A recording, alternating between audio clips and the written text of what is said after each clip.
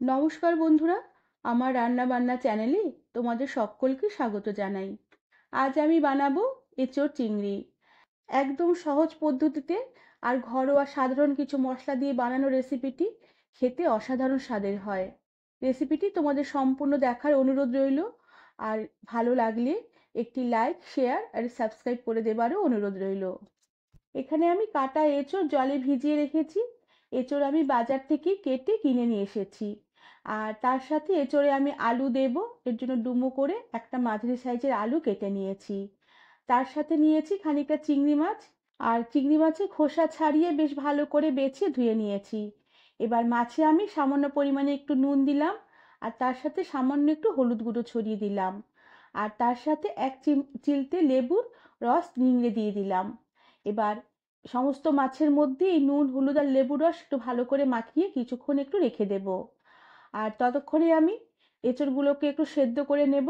এর জন্য কড়াতে পরিমাণ মতন জল দিয়ে গরম জল বসিয়ে দিলাম। আর এই জলে সামান্য একটু নুন আর সামান্য একটু হলুদ গুঁড়ো দিয়ে দিলাম। এবার এই জলের মধ্যে আমি কেটে রাখা এঁচোড়গুলোকে দিয়ে দিলাম। সাথে কেটে রাখা আলুগুলোকেও দিয়ে দিলাম। এবার এঁচোড় আর আলুগুলোকে আমি 2 থেকে 3 মিনিটের মতন একটু সেদ্ধ করে নেব। আর গ্যাসের আঁচ ফুলই থাকবে। এর জন্য কড়া ঢাকা দিয়ে আমি 2-3 মিনিটের মতো এঁচোড় আলুগুলোকে একটু ফুটিয়ে নিলাম। এঁচোড় আর আলু 2-3 মিনিট ফুটিয়ে নেবার পরে আমি গ্যাসের আঁচ বন্ধ করে দিলাম। এরপর কড়া থেকে সমস্ত এঁচোড় আর আলুগুলোকে বেশ ভালো করে জল ছেঁকে আমি উঠিয়ে রেখে দেব। এরপর আমি এঁচোড় চিংড়ির জন্য একটু মশলা বানিয়ে নেব। এর জন্য কড়াতে অল্প করে একটু তেল দিয়ে দিলাম। তেল হালকা গরম হতে শুরু করলে আমি 2টো এলাচ, সামান্য পরিমাণে একটু দারচিনির টুকরো, একটি লবঙ্গ, কয়েকটা গোলমরিচ, একটু জায়ফল, একটু জয়িত্রী তেলে কিছুক্ষণ নেড়েচেড়ে নিয়ে খানিকটা পেঁয়াজ কুচি দিয়ে দিলাম। সাথে দিয়ে দিলাম থেতো করা আদা, রসুন। তার সাথে একটা কাঁচা লঙ্কা ভেঙে দিলাম আর একটা শুকনো লঙ্কা ফাটিয়ে দিলাম। এবার সমস্ত মশলাগুলোকে কিছুক্ষণ একটু নেড়েচেড়ে হালকা করে ভেজে নেব। পেঁয়াজ, রসুন, আদা, লঙ্কা একটু ভাজা ভাজা হয়ে এলে একটা ছোট সাইজের টমেটো ফালি করে দিয়ে দিলাম। সাথে দিয়ে দিলাম খানিকটা গোটা জিরে আর গোটা ধনে। এবার গোটা জিরে আর ধনে তেলে কিছুক্ষণ একটু নেড়েচেড়ে নেব। কিছুক্ষণ এভাবে সমস্ত মশলাগুলোকে তেলে নেড়েচেড়ে নেবার পরে সামান্য পরিমাণে একটু জল দিয়ে দিলাম। এরপরে ঢাকা দিয়ে রেখে কিছুক্ষণ মশলাগুলোকে একটু রান্না হতে দেব। আর খেয়াল রাখতে হবে জল যেন বেশি না দেওয়া হয়। জলের পরিমাণটা অল্প করেই দেব, যাতে টমেটো, লঙ্কাগুলো বেশ ভালোভাবে সেদ্ধ হয়ে গলে যায় আর জলটা বেশ মশলার গায়ে গায়ে শুকিয়ে যায়। আর সমস্ত মশলাগুলোকে এরপর কড়া থেকে উঠিয়ে নেব। আর মশলাগুলো একদম ঠান্ডা হয়ে যাবার পরে মিক্সার গ্রাইন্ডারে আমি মসৃণ করে পেস্ট করে নেব। এরপর আমি কড়াতে পরিমাণ মতন তেল দিয়ে আলু আর এঁচোড়গুলোকে ভাজতে শুরু করে দিয়েছি। আর যখন আমি আলু এঁচোড়গুলো কড়াতে দিয়েছি তখন ক্যামেরাটা বন্ধ হয়ে গেছিল। এবার এঁচোড় আর আলুগুলোকে একসাথে বেশ ভালো করে নেড়েচেড়ে কিছুক্ষণ একটু লাল করে ভেজে নেব। ভাজা হয়ে গেলে এই সমস্ত এঁচোড় আর আলু কড়া থেকে উঠিয়ে রেখে দেবার পরে ওই কড়ার তেলেই আমি নুন হলুদ মাখানো চিংড়ি মাছগুলো অল্প একটু নেড়েচেড়ে নিয়ে কড়া থেকে উঠিয়ে রেখে দিলাম। চিংড়ি মাছ খুব একটা বেশি ভাজার দরকার নেই। বেশি করে চিংড়ি মাছ ভাজা করলে চিংড়ি মাছ রান্নার পরে শক্ত হয়ে যেতে পারে আর খেতে অতটা ভালো লাগবে না। এরপর অল্প করে পেঁয়াজ কুচি ফোড়ন দিলাম আর সাথে একটা তেজপাতা ছিঁড়ে দিয়ে দিলাম। এবার পেঁয়াজ কুচিগুলোকে কিছুক্ষণ নেড়েচেড়ে হালকা নরম করে একটু ভেজে নেব। পেঁয়াজ একটু হালকা নরম হয়ে ভাজা হয়ে আসলে বেটে রাখা মশলাগুলোকে দিয়ে দিলাম। সাথে মশলার বাটি ধোয়া সামান্য একটু জল দিয়ে দিলাম।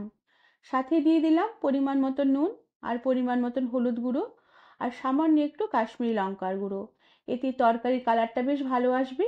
এবার সমস্ত মশলাগুলোকে বেশ ভালো করে নেড়েচেড়ে কিছুক্ষণ একটু কষিয়ে নেব, যতক্ষণ না মশলার এই বাড়তি জলটুকু শুকিয়ে গিয়ে মশলা থেকে তেল ভেসে আসে আর পেঁয়াজ, রসুন, আদা ভাজারও খুব সুন্দর একটা গন্ধ বেরোয়। মশলা বেশ কিছুক্ষণ কষিয়ে নেবার পরে মশলা থেকে খুব সুন্দরভাবে তেলও সেপারেট হতে শুরু করেছে আর খুব সুন্দর একটা মশলা ভাজার গন্ধ বেরোচ্ছে।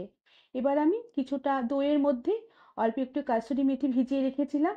সেই দই আর কাসুরি মেথি একসাথে বেশ ভালো করে ফেটিয়ে নিয়ে গ্যাসের আঁচ কম করে দিয়ে মশলাতে দিয়ে দিলাম। এরপরে দই আর মশলা আবারও বেশ ভালো করে নেড়েচেড়ে কিছুক্ষণ কষিয়ে নেব, যতক্ষণ না দইয়ের বাড়তি জলটুকু শুকিয়ে গিয়ে মশলা থেকে বেশ ভালোভাবে তেল সেপারেট হতে শুরু করে। আর এইভাবে আরো বেশ কিছুক্ষণ দই আর মশলা কষিয়ে নেবার পরে ভেজে রাখা আলু আর এঁচড়গুলোকে মশলাতে দিয়ে দিলাম। এবার আলু এঁচড়গুলোকেও মশলার সাথে বেশ ভালো করে নেড়েচেড়ে একটু মিশিয়ে নেব আর আবারও একটু কিছুক্ষণ কষিয়ে নেব। আর মশলা এঁচোড় আলুর সাথে বেশ ভালোভাবে মিশে গেলে এবার আমি ঝোলের জন্য পরিমাণ মতন জল দিয়ে দেব। আর আমি এখানে গরম জলই ব্যবহার করেছি। আর ঝোলটা একটু বেশিই দেবো, কেননা এঁচোড় আর আলুগুলো সেদ্ধ হতে একটু সময় লাগবে। এবার জল এঁচোড় আলুর সাথে বেশ ভালো করে নেড়েচেড়ে মিশিয়ে নেব। আর গ্যাসের আঁচ কম করে দিয়ে ঢাকা দিয়ে রেখে প্রায় মিনিট 5 মতন কম আঁচে আমি রান্না হতে দেব। প্রায় 7-8 মিনিটের মতন কম আঁচে আমি এঁচোড় আর আলু রান্না করে নিয়েছি। আলু এঁচোড় খুব সুন্দরভাবে সেদ্ধ হয়ে গেছে আর ঝোলটাও অনেকটাই ঘন হয়ে এসেছে। এবার আমি ভাজা চিংড়ি মাছগুলোকে দিয়ে দিলাম। ভাজা চিংড়ি মাছগুলোকে দিয়ে আর বেশিক্ষণ রান্না করব না, প্রায় মিনিট খানেকের মতন কি মিনিট দেড়েক কি দুয়েকের মতন রান্না করে নেব। সাথে কয়েকটা চেরা কাঁচা লঙ্কা দিয়ে দিলাম। এবার বেশ ভালো করে নেড়েচেড়ে মিশিয়ে নিয়ে ঢাকা দিয়ে রেখে লো আঁচে আরও মিনিট খানেকের মতন আমি রান্না হতে দেব। প্রায় মিনিট খানিক রান্না করে নেবার পরে ঢাকনা খুলে দিলাম।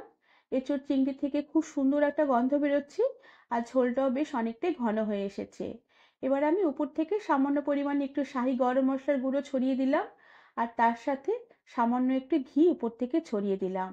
এবার আমি গ্যাসের আঁচ বন্ধ করে দিয়ে বেশ ভালো করে নেড়েচেড়ে সব কিছু মিশিয়ে নিয়ে ঢাকা দিয়ে রেখে কিছুক্ষণের জন্য স্ট্যান্ডিং টাইমে রেখে দেবার পরে সার্ভ করে দেব। বন্ধুরা, একদম সহজ পদ্ধতিতে বানানো এঁচোড় চিংড়ি রেসিপিটি তোমরা বাড়িতে ট্রাই করে দেখতে পারো। আশা করি তোমাদের রেসিপিটি ভালো লেগেছে। আর ভালো লাগলে একটি লাইক, শেয়ার আর সাবস্ক্রাইব করে দেবার অনুরোধ রইল। আর তার সাথে পাশে থাকা বেল আইকনটিও প্রেস করে দেবে, যাতে আমার সব নতুন ভিডিও নোটিফিকেশান তোমাদের কাছে পৌঁছে যায়। আজ তাহলে আসি, পরে আবার একটি নতুন রেসিপি নিয়ে দেখা হবে। ধন্যবাদ বন্ধুরা।